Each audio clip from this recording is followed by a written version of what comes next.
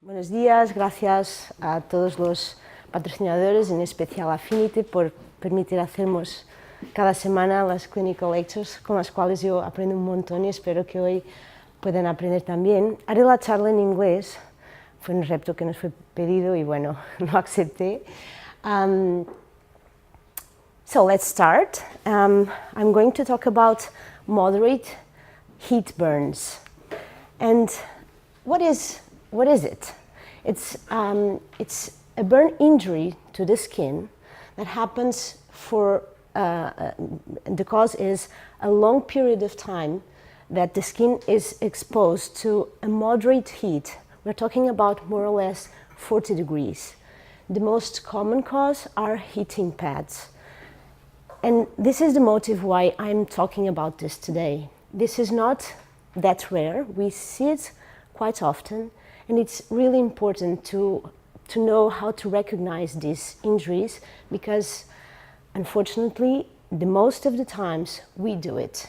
We cause it. It happens in our clinics, in our hospitalizations.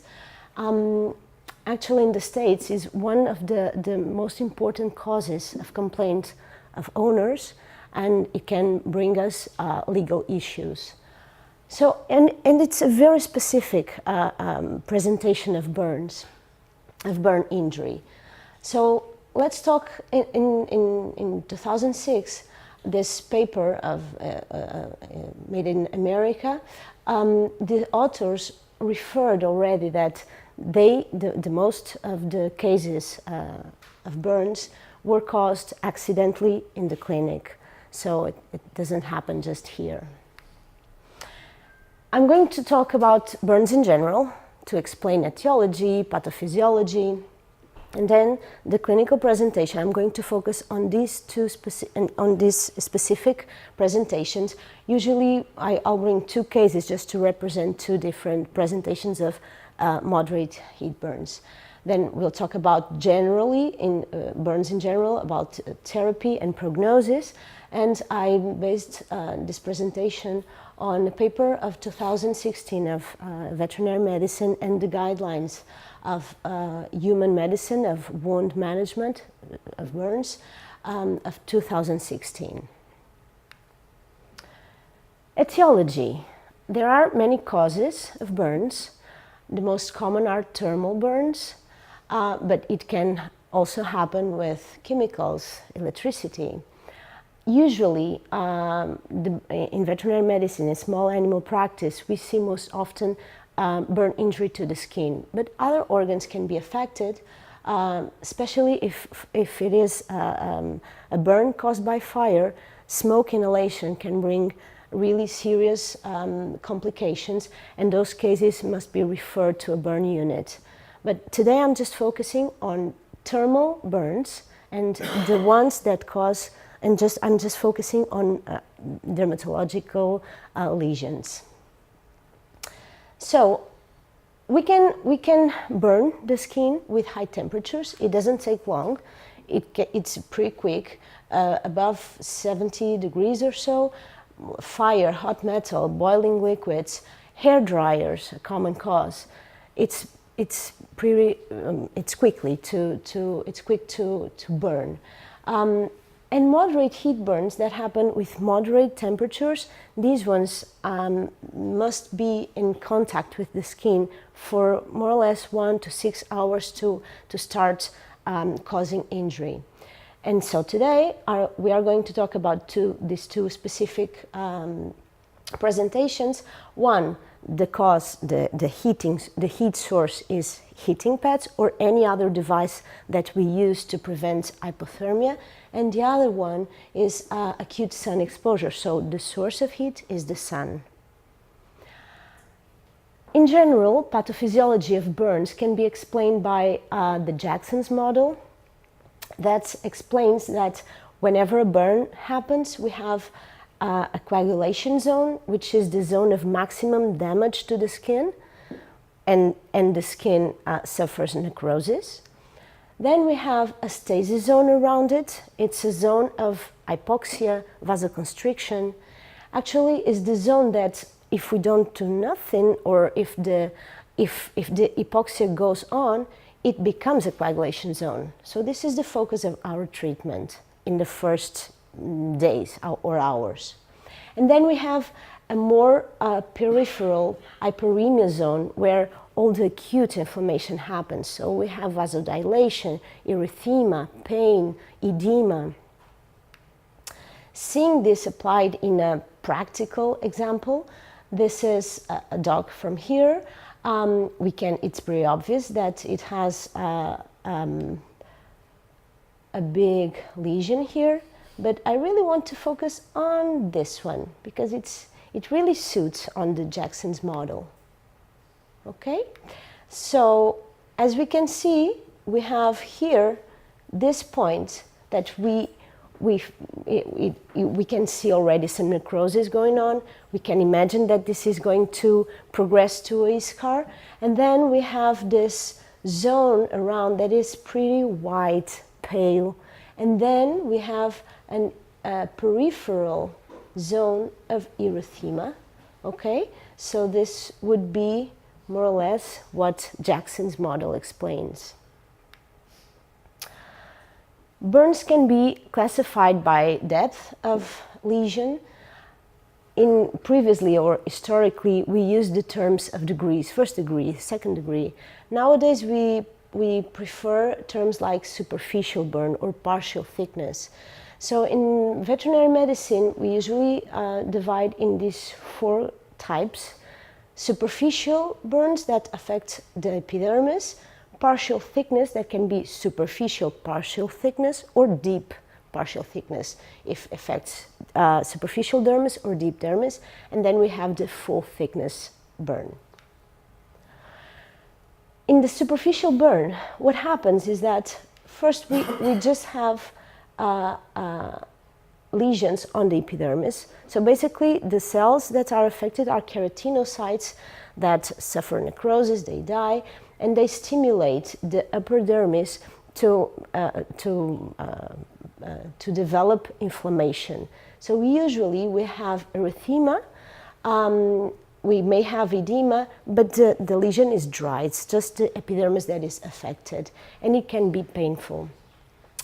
How do we distinguish erythema from hemorrhage? Erythema blanches. For the ones that don't recall or don't remember what is it to blanch or not, it's is a term that we use to describe a method which is called dioscopy. And basically when we have erythema, which is vasodilation, the blood is within the blood vessel.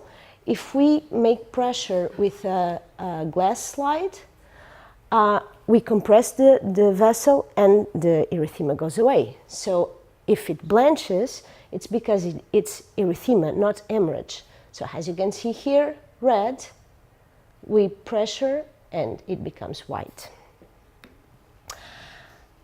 In superficial partial thickness, we have epidermis and superficial dermis affected.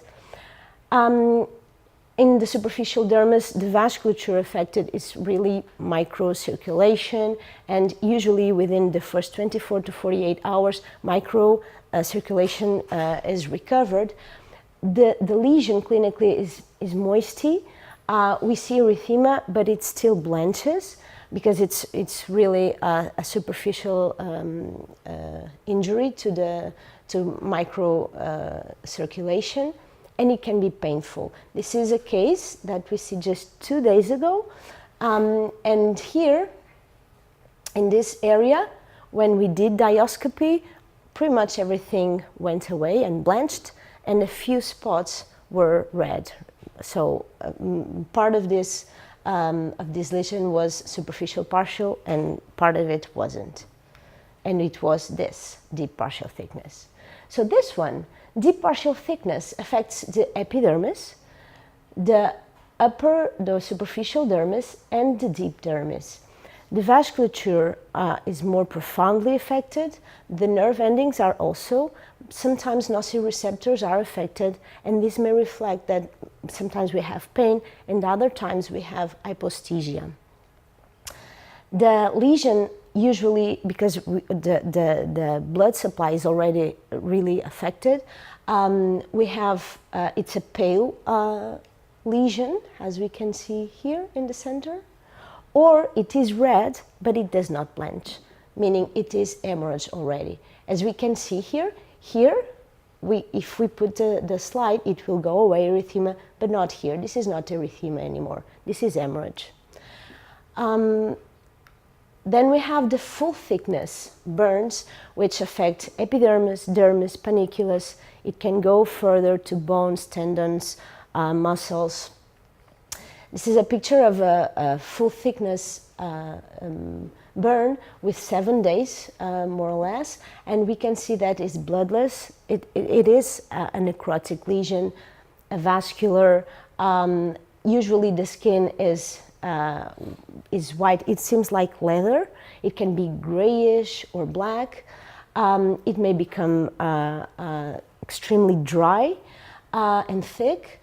Usually it's not painful unless you pressure deep. And of course the skin is dead, so hair here is plucked very easily. This is another example. This was not a moderate heat burn, this was a burn caused by fire, but this is just to show you how deep the burn, the injury can go.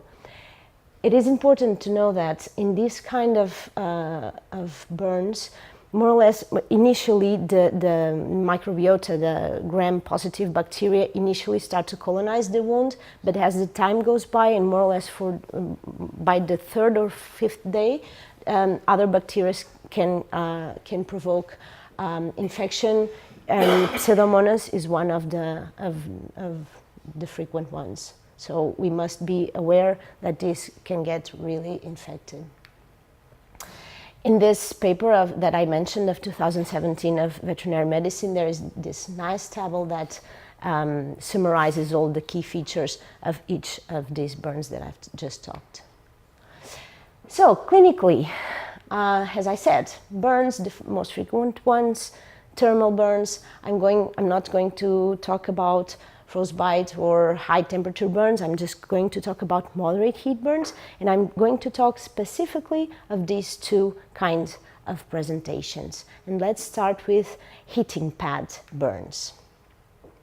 As I said, they are pretty much unpredictable because no one expects to burn a dog with a pad at 44 degrees, but it happens because the skin stays in contact with this heating pad for long periods of time. There are some facts that may enhance chances for this to happen. For instance, if the dog has short hair or if the hair was clipped, as in this case, if it is wet, either the dog or the towels that we put around, or if the dog had subcutaneous fluids. I'm always talking about dogs, but obviously this can also happen to cats. And I'm bringing you this case, Duna. We saw her this summer. She's a Yorkshire, 8 years, female, and she was presented with the history that 3 days before she had been bitten in the park by another dog. She had a cervical luxation at the level of C2, C3.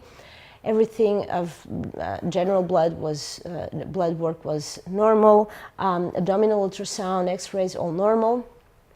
On her primary veterinarian, she did amoxicillin, carprofen, and then she came to our hospital and she was treated with clindamycin and enrofloxacin, and this was just for the 2 last days. So we see her on the 3rd day, and we see that she has this erythematous, and a little bit of necrosis already here. In the picture maybe we don't see, but it is she had most of these point and pale lesions were plaques, were edematous. And our diagnostic approach was, first we did a cytology, which was unremarkable. Dioscopy was positive or negative, as I explained to you, depending on the zone, and she had moderate pain. Our differentials were thermal burn, based basically on history and clinical presentation. We also thought about adverse drug reaction or contact dermatitis. To distinguish between each other, we should have performed a biopsy, but because Duna was here at the hospital, we were seeing her every day. We decided to monitorize her day by day, and meanwhile we decided to apply a little bit of topical glucocorticoid to diminish the inflammation, and silver sulfadiazine on the ulcers. She progressed as a burn would progress. So by day 9, she had all the first degree or the superficial burn, and the erythematous area went away, and she just presented this central E-scar.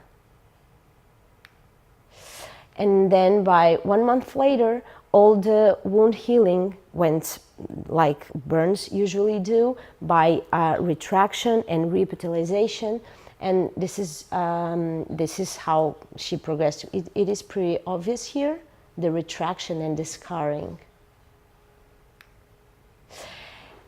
You can see her evolution, and this is important to see that. Do you see that? Here, all the parts that are the hyperemia zone and stasis zone really progressed rapidly, and then after 1 week or more, just the central scar was present, and this took 20 days to this. So it takes time, and she was perfectly fine otherwise. She was healthy, but this recovering from these injuries takes time. Key features, history, think about them when you see a dog with this kind of presentation and he was hospitalized or under anesthesia. Wound healing, remember that it takes time. Usually it heals by itself, but it takes time, and it has a good prognosis. Okay, the other presentation is dorsal terminal necrosis. This is a very well described clinical presentation. In this case, it's not a heating pad that causes the burn, it's the sun. It's the intense solar exposure for a few hours. Usually it happens in dogs with black skin or black hair that absorbs the sunlight much more intensively than white skin. And it's more often seen in dogs that have reduced mobility. In 1999, there was this first report of a Dalmatian puppy that in his black spots, and he was exposed to the sun, he developed this full thickness necrosis. Then in 2011, a case series of dogs that supposedly were suffering from burns, and the theory in this case series was that the dogs were exposed to the sun, the owner would come home, would see the dog with a heating stroke, and would take the hose of the garden to water the plants, and would bathe him. And they hypothesized that here the water was the source of heat, but now, after so many cases reported, maybe these cases were dorsal terminal necrosis, and the watering of the dog was not the cause itself. We'll never know. In 2015, there was a case report in a pig, and now just this year there is this case series of 16 cases, which describes pretty well this clinical presentation. And this is another example, also this summer here. A Labrador, 14 years, he had pretty severe arthrosis, and the mobility was severely affected. He was chronically medicated with chondroprotectors, and And the history was that this dog, this was September, and this dog 3 weeks earlier went to a pet hotel. The first week he was not moving much. They medicated him with meloxicam and gabapentin, but he developed some GI signs, so they stopped the medication, and by the second week, skin lesions were detected.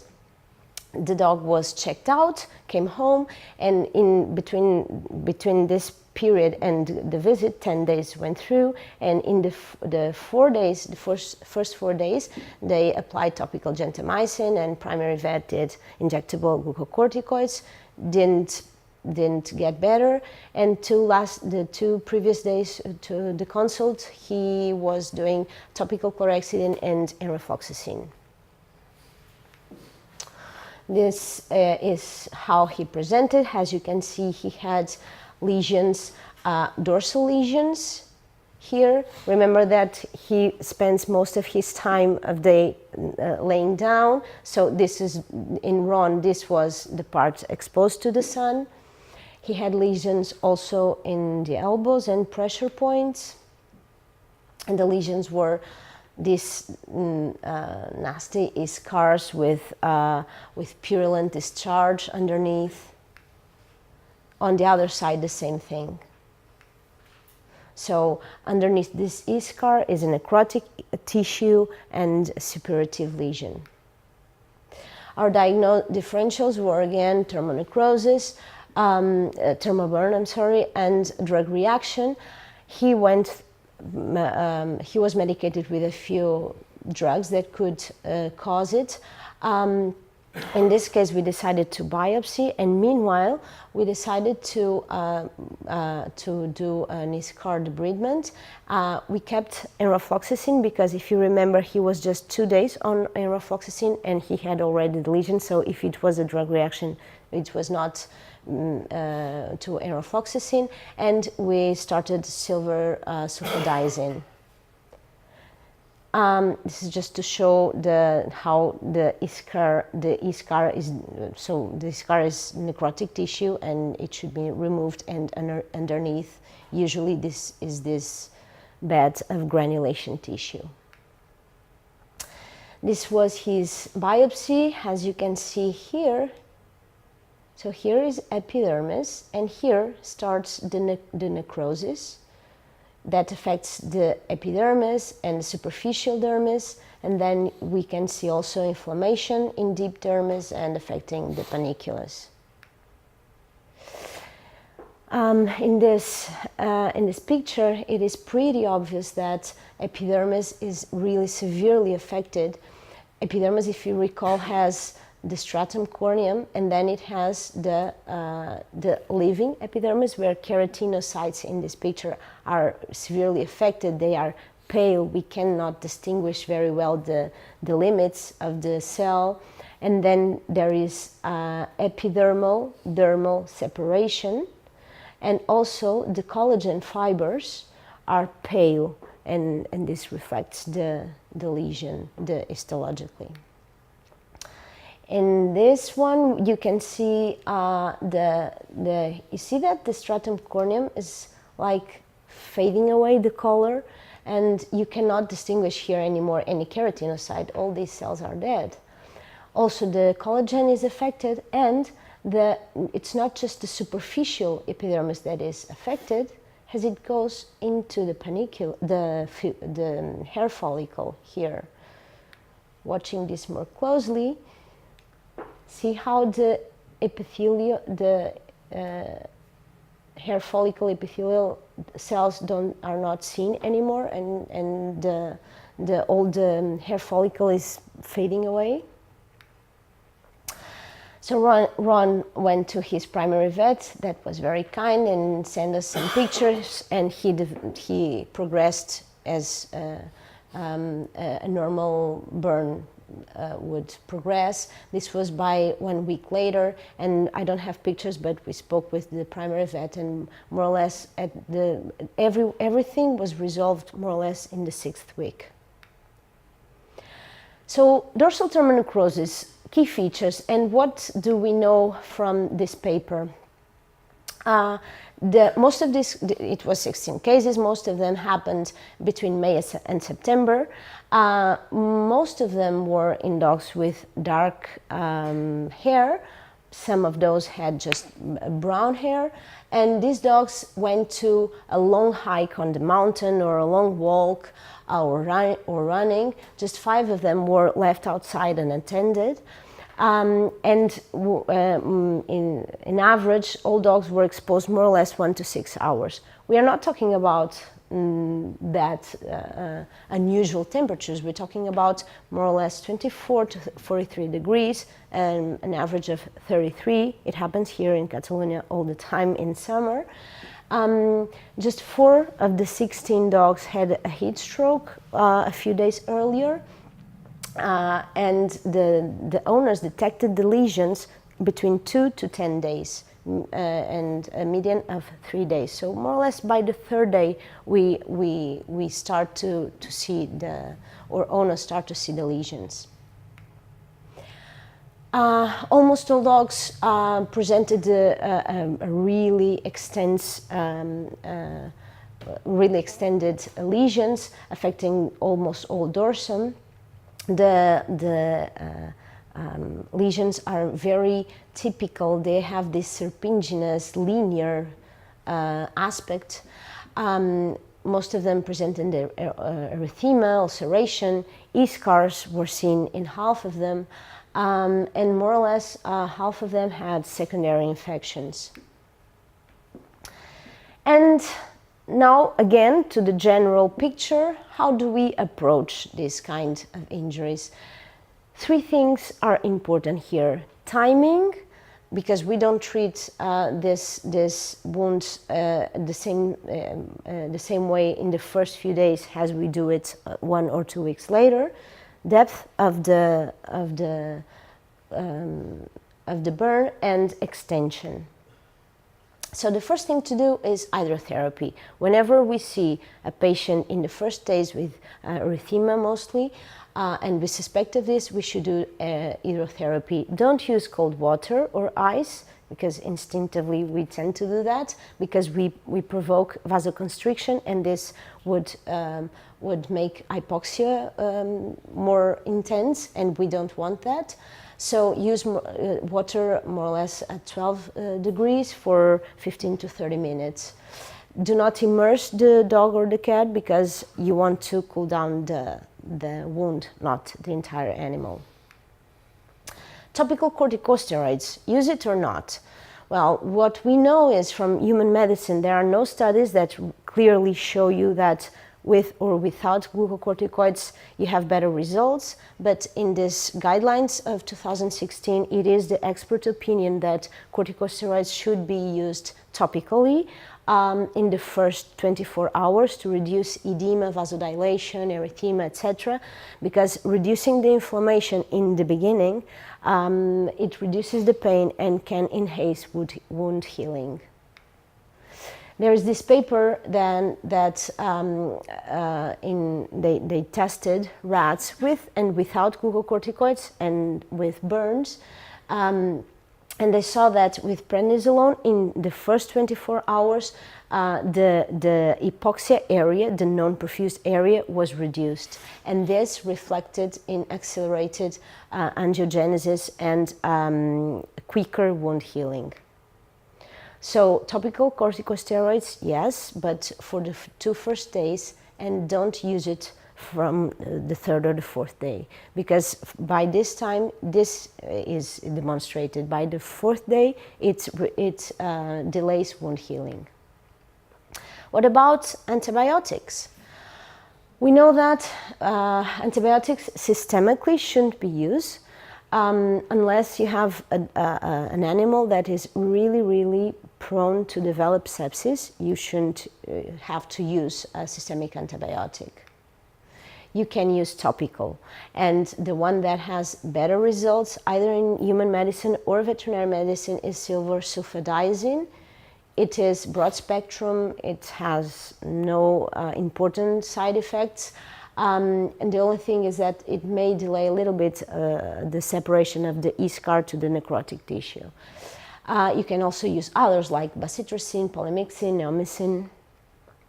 The honey-based products, which are very popular, until now there are no studies that show you better results with honey-based products compared to silver sulfadizine. What about debridement of the eschar, of the necrotic tissue? This will depend on timing. It is not clear that exactly by day 3 the area of injury is delimited, but more or less we can predict that by the 3rd day the area will not extend further, and more or less between 1 week or 10 days the necrosis will stop. So when necrosis stops, you can start to clean surgically the area and perform an eschar debridement. Why? Because the eschar is a bed of to bacterial overgrowth. So by removing it, you diminish the risk of infection and you accelerate wound healing. Prognosis. Superficial and superficial partial, the ones that affect just the epidermis and superficial dermis, have really good prognosis. They may be as fast as 1 week or as long as 3 weeks to heal. Usually they heal with minimal or no scarring. And the wound healing is done by contraction and reepithelialization. So and it happens because although the burn affects the epidermis, a few germinal cells are still available to promote reepithelialization. In deep partial and full thickness, and we are talking about dogs and cats that have a total body surface area under 20%, the others are at a risk of developing sepsis, and that one are the ones that should be referred. But the ones that have less than 20% of their bodies affected, the wound healing happens by contraction and reepithelialization. Depending on death, it can take weeks or months. Usually leaves scars and alopecia, and it may need skin grafts or skin flaps. And to end up with, the take-home message is include in your differentials whenever you see a dog or a cat that recently had been under anesthesia or hospitalized, and if in the first 3 days you see erythema, edema, pain in the contact areas, when you know that heating pads could be touching the skin, think of these clinical presentations. Think that if you treat early, you can prevent sepsis and diminish scarring. It is also very important to communicate this to the owner appropriately. If you see 1 week later, and these are the most common cases, you see 1 week later already with eschars.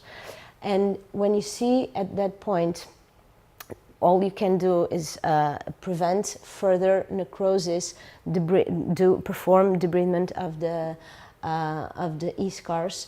And you will see that these patients, the lesions look bad and it's necrotic and you have eschars, but otherwise the patient is healthy and the skin is healthy. So treat lesions based on timing. Usually these lesions have a good prognosis. It takes time to heal. Prevent the owners about it. And well, the best treatment is prevention, and I hope that everyone can prevent this from happening more often. And that's it. Thank you.